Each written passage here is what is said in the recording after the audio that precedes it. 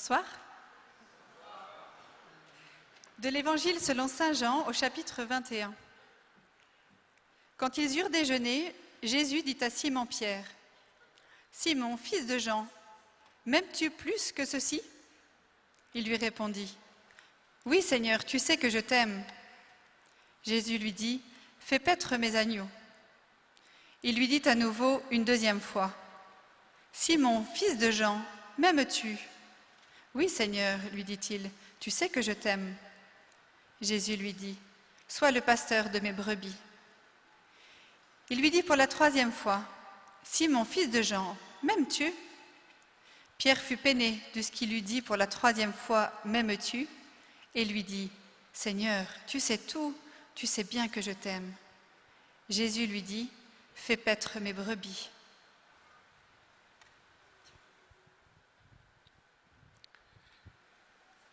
Cet évangile qui nous a été lu, dont on a entendu parler aussi ce matin,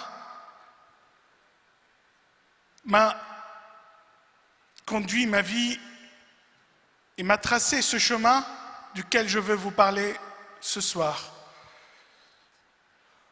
Je suis libanais, je suis né dans le mont Liban, dans un pays où, comme dit la Bible, coule le miel et le lait. Un pays à qui la gloire de Dieu a été donnée,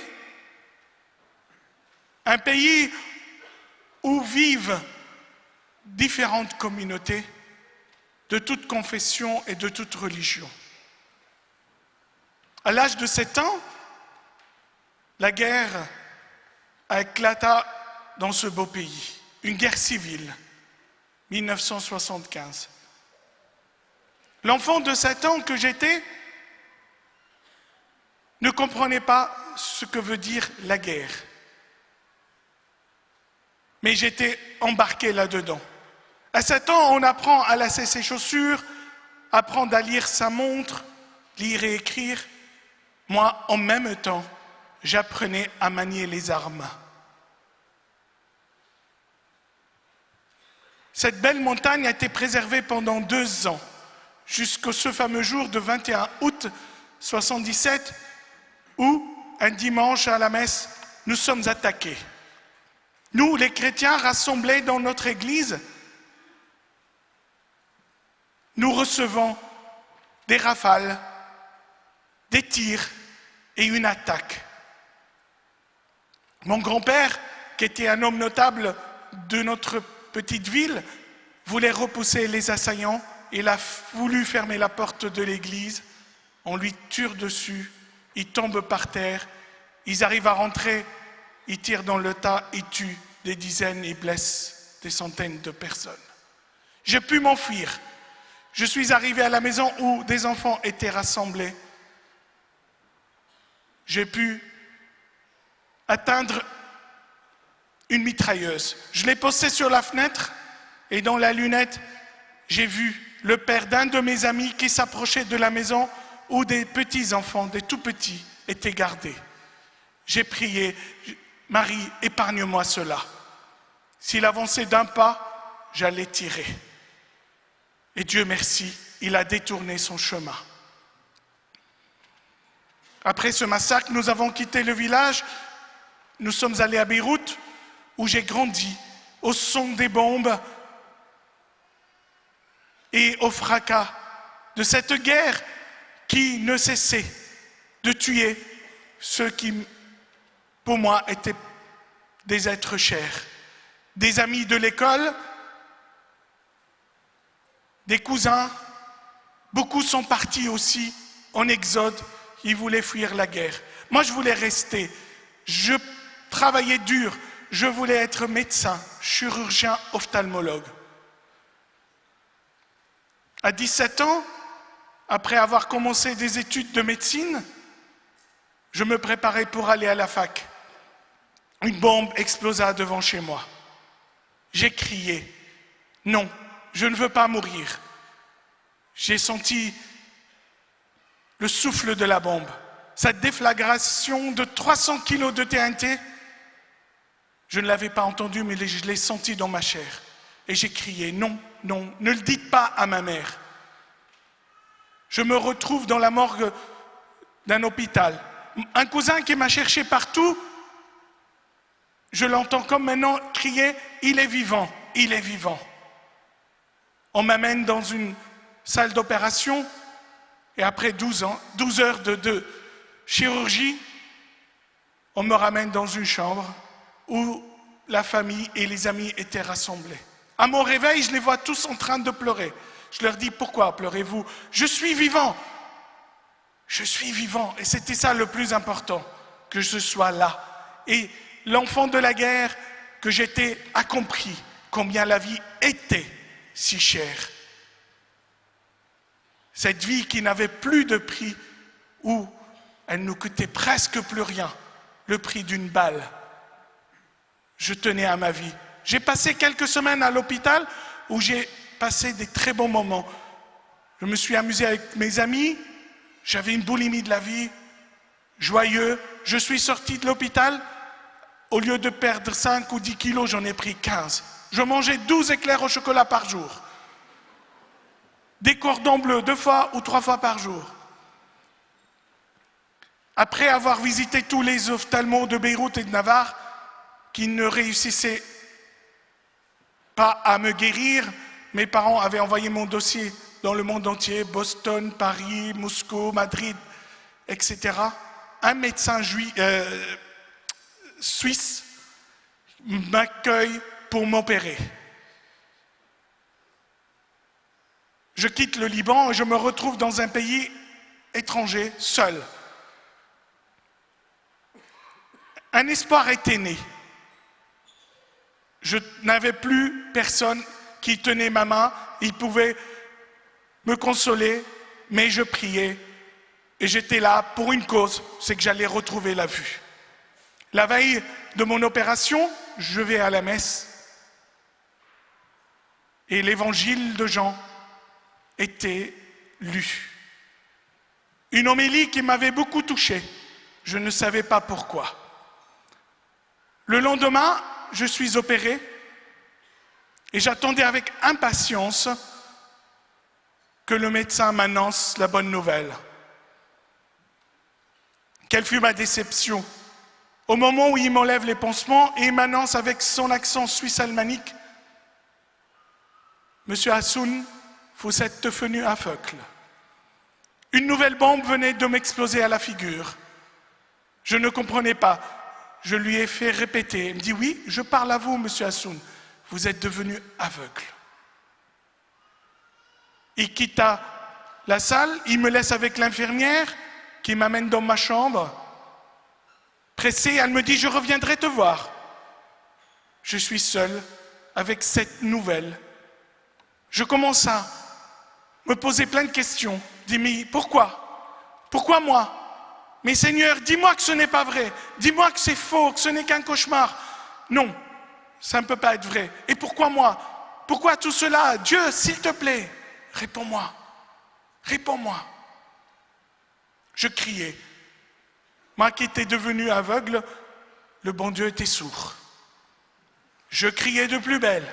Je tournais dans ma chambre. J'ai tout cassé. J'ai tout renversé.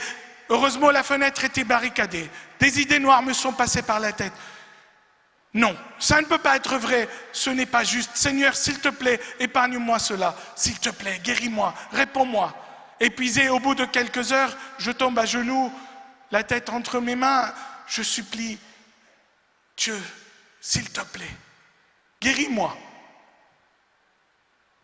Allez, si tu veux pas les 2 yeux, un œil. Nous, les Libanais, on aime bien négocier. Je me suis dit, on commence par un. Allez, pour maman, s'il te plaît. Seigneur, dis-moi que c'est pas vrai, guéris-moi.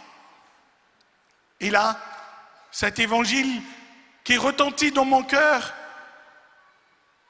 Fouad, m'aimes-tu? Mais oui, tu le sais très bien que je t'aime. M'aimes-tu? Seigneur, je t'aime plus que tout et c'est parce que je t'aime, je te demande, au nom de cet amour, guéris-moi, redonne-moi la vue, s'il te plaît. M'aimes-tu? Mais oui, je t'aime. Et comme un appel, si tu m'aimes, tu acceptes.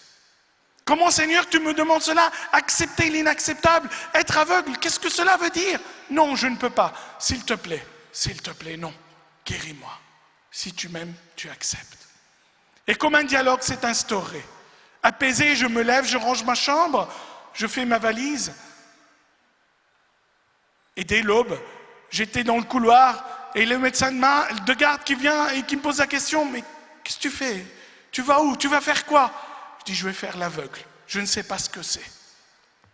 Je suis parti dans une nouvelle vie où j'ai appris à lire, écrire, marcher tout seul, m'habiller seul, etc.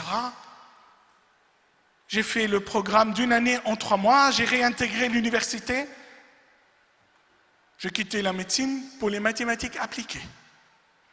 Les yeux fermés, c'est pratique. Je travaillais dur. Je voulais réussir. Je voulais dompter mon handicap. Ça marchait bien. Je cravachais jour et nuit. Major de promo, tout ce qu'il faut. La réussite, beaucoup d'amis, beaucoup de succès. Mais je n'étais pas heureux. Et je ne savais pas pourquoi. Je cherchais. Avec mon accompagnateur spirituel, avec des retraites, des amis, je ne comprenais pas pourquoi je n'étais pas heureux. Une mélancolie m'habitait profondément. Je m'étais dit que c'est peut-être la solitude. Je demande à mes parents d'envoyer mon frère cadet pour finir ses études avec moi. Le voilà qui arrive, je suis heureux. 2 semaines, 3 semaines, bloum, je retombe dans cette tristesse profonde. Je ne comprenais pas pourquoi. Jusqu'au jour où, devant ma télé, en train de regarder une émission sur Beyrouth et les attentats à Beyrouth, ma surprise, on venait de montrer à la télé celui-là même qui avait posé la bombe devant chez moi, qui était capturé et qui était conduit au tribunal.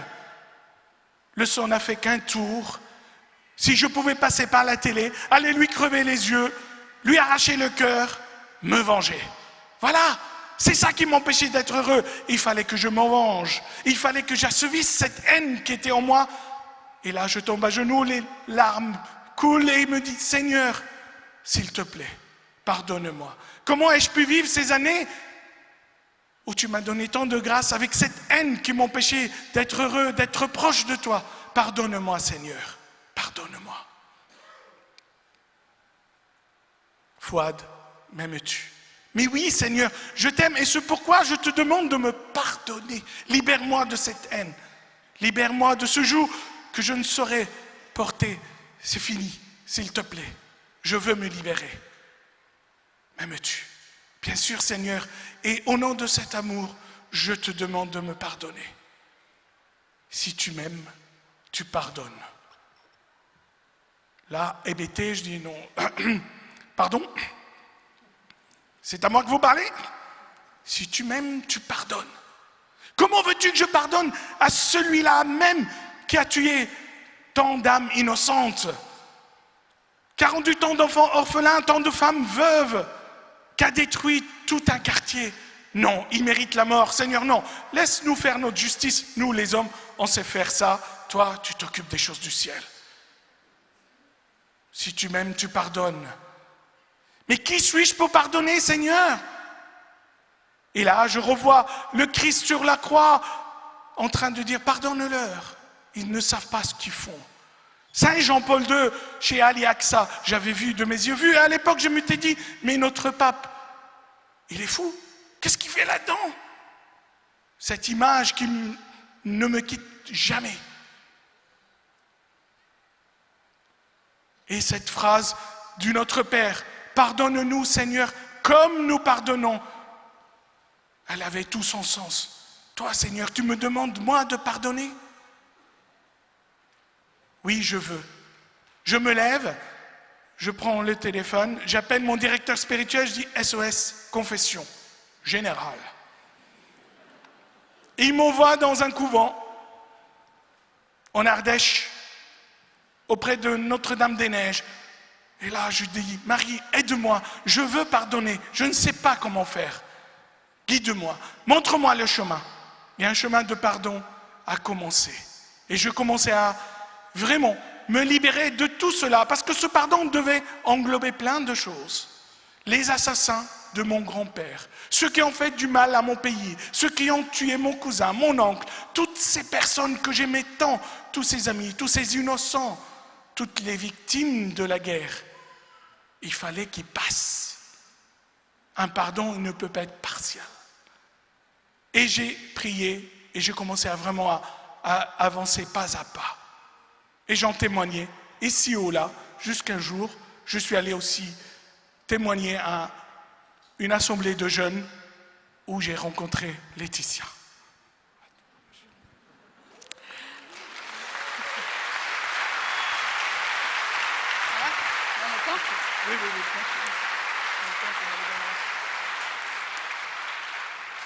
Alors j'ai la joie de partager mon quotidien auprès de cet homme de paix et pour ma joie profonde et la joie de nos 4 enfants. Mais vous imaginez bien qu'un homme qui a pardonné à l'assassin et à la personne qui lui a fait le plus grand mal, car le handicap est lourd et la croix est lourde à porter chaque jour, nous amène dans une grande exigence de vie conjugale et nous ne nous endormons pas le soir tant que nous ne sommes pas pardonnés et que nous n'avons pas prié ensemble. Et puis pour nos enfants aussi, c'est une exigence de vie. Je me souviens de ma fille aînée qui, il n'y a pas très longtemps, a cassé un objet que Fouad aimait beaucoup. Et alors elle disait « Papa, s'il te plaît, ne me gronde pas, pardonne-moi ». Et Fouad disait « Il est hors de question, j'adorais ce petit cheval en porcelaine, je ne te pardonnerai pas ». Et elle le regarde et elle lui dit « Papa, tu as pardonné à celui qui t'a crevé les yeux, alors à moi tu vas me pardonner ». C'est une exigence. Et c'est une exigence aussi parce qu'il n'y a pas de petit et de grand pardon, certes Fouad vient de le dire. Quand on rentre dans ce chemin de miséricorde, eh ben c'est notre vie tout entière, celle d'hier, celle d'aujourd'hui, dans les petites choses et dans les grandes choses. Et on est entraîné sur ce chemin de l'amour en fait. Et c'est ça qui est peut-être le plus beau, c'est de s'entraîner aussi les uns les autres dans cette vie de couple, mais aussi dans cette vie de frères et de sœurs, sur ce chemin de l'amour.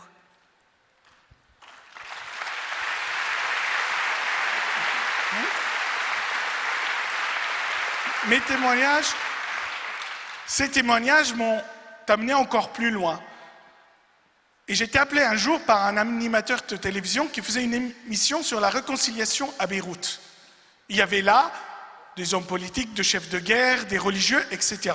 Et il m'appelle, il me dit « On voudrait que tu viennes ». Je dis « Ça fait longtemps que je ne suis pas venu au Liban, et puis moi, qu'est-ce que je vais faire au milieu de ces gens-là » Il me dit « Si, il faut que tu viennes ». Je dis « Non, laisse-moi réfléchir, appelle-moi dans 2 heures ». 10 minutes après, il m'appelle, il me dit « T'as réfléchi ?» Je dis « Non, mais j'arrive ». Je suis allé dans cette émission, je donne mon témoignage, comme je fais là, c'était bien, applaudissements, sympa, etc. Il fait parler les autres. Je commençais un peu à me dire « Mais qu'est-ce que je fais là ?»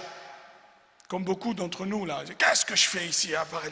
Et moi, j'étais là, je suis retourné au Liban, j'étais retravaillé par mon pays, par mon histoire, par cette guerre. Qu'est-ce que je fais là? Et l'animateur reprend le micro, il vient vers moi, il me dit « Fouad, j'ai une question à te poser.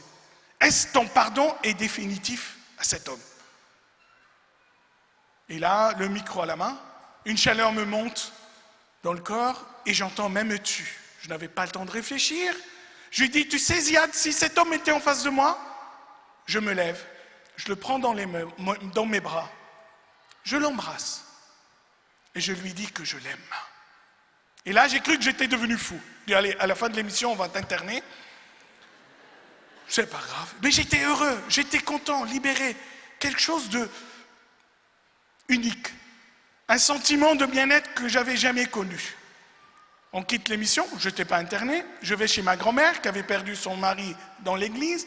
Cousins, oncles et tantes étaient là. J'ai eu un accueil assez froid. Vous allez bien? Non. Qu'est-ce qui se passe? Tu te rends pas compte de ce que tu dis à la télé en direct? Si, je me rends compte. J'espère que tu ne le penses pas. Si, et j'ai envie de le vivre. Et à partir de là, une vie nouvelle s'est ouverte à moi. Au-delà de ce pardon, j'ai pu atteindre l'amour. Cette vraie miséricorde dont on parle si souvent dans cette année jubilaire, mais qui était pour moi une expérience nouvelle. je suis rentré dans une nouvelle vie. J'ai quitté un poste assez important dans une boîte. J'ai créé une entreprise pour aider les personnes handicapées avec des solutions, avec les nouvelles technologies. J'ai ouvert mon cœur à l'amour, nous sommes mariés. Après 4 ans, j'ai couru après, mais bon. Elle a dit oui. Nous avons 4 enfants maintenant. Je suis heureux malgré mon handicap. Ma croix est lourde. Je porte une croix très difficile. Je ne peux pas voir le visage de celle que j'aime, le visage de mes enfants, profiter des paysages du beau pays, de mon pays, la France ou le Liban. J'ai perdu beaucoup. Mais je suis heureux. Et c'est ça qui compte. Et ce bonheur, il est comblé. Comblé par chaque geste de tous les jours, chaque geste de pardon que je peux accomplir avec mes collègues de travail, avec ma famille. Et le Seigneur nous comble de grâce. J'ai appris un jour que celui-là même qui avait posé la bombe, qui était en prison, on lui a offert une Bible. Il a lu, il s'est converti au christianisme. C'était un drogué.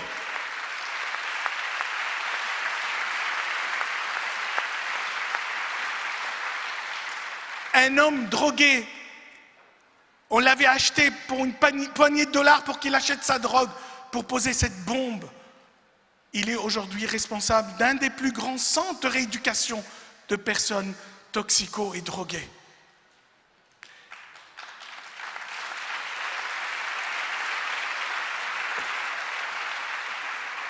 Oui, pouvoir prier pour ceux qui font le mal. Pouvoir prier, comme ça nous a été demandé aujourd'hui pendant l'enterrement du Père Jacques. Le bienheureux Jacques, parce qu'il est mort comme martyr, martyr pour l'Église, martyr pour nous, ce même jour où Samuel Joseph était guéri. Une vie donnée, une vie offerte. Un pardon donné, un pardon offert. Une miséricorde donnée, une miséricorde reçue. Seigneur, ce soir, je suis comme l'aveugle de Jéricho, comme Bartimée. Je t'appelle. Je crie vers toi, Rabbouni, aie pitié de moi. Et la traduction en hébreu, en araméen, c'est Irhamni, miséricorde-moi. Le verbe miséricorde. Aie pitié, c'est Irhamni. Redonne-moi la vie. Et Jésus s'arrête et dit à cet aveugle, que veux-tu que je fasse? Rabbouni, que je vois. Rabbouni, que je vois.